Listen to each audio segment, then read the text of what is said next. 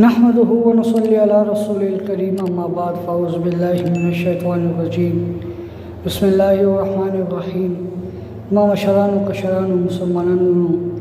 یو عالم دین بیان کوي چې یو د مور لاډ لازیو چې هغه واده کړو نو یکا زوی خپل بیبي ته ویل زما د مور ډېر خدمت کوه ډېر حقونه ما باندې خپل مور ډېر خدمت کوه هغه بیبي به خبره منله مور خدمت به کولو عمر تقاضا شو ورته ویلي یعنې د خاوند ته وایي خپله ښځه چې ته د مور له حقونو مطلب په یو ځای ورکړه نو زما عزتمندو وایي دا خبره دې سمه ده چې لاړم ورته مور ته وایي مور ما سره د حقونو حساب وکړه په یو ځای دره بدله راکړه عزتمندو وایي خبرې چالو کې مور شي مور ته وایي ټایم به لږ وي ښه د خیر څه خبرې نشي زوی ورته وایي چې خبرې چالو کې دی اوده شو خبرو کې نو کوم ځای چې د سر ایښی و هلته کې یو لوټی ورته وروړه په سر باندې کټ ورته لوند کړو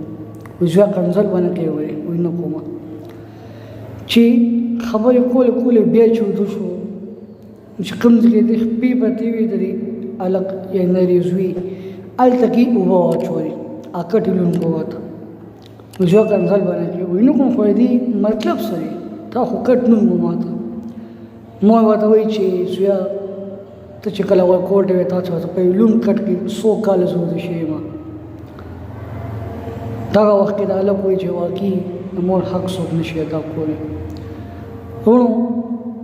نن سبا داسې وخت دی چې ډېر دنیا داسې شوه چې د مور پلار نه خفه دي د مور پلار ازارې ګټلي چې کوم خلک پریشان دي ښه پیسې خلکو سره شته خو پریشان دي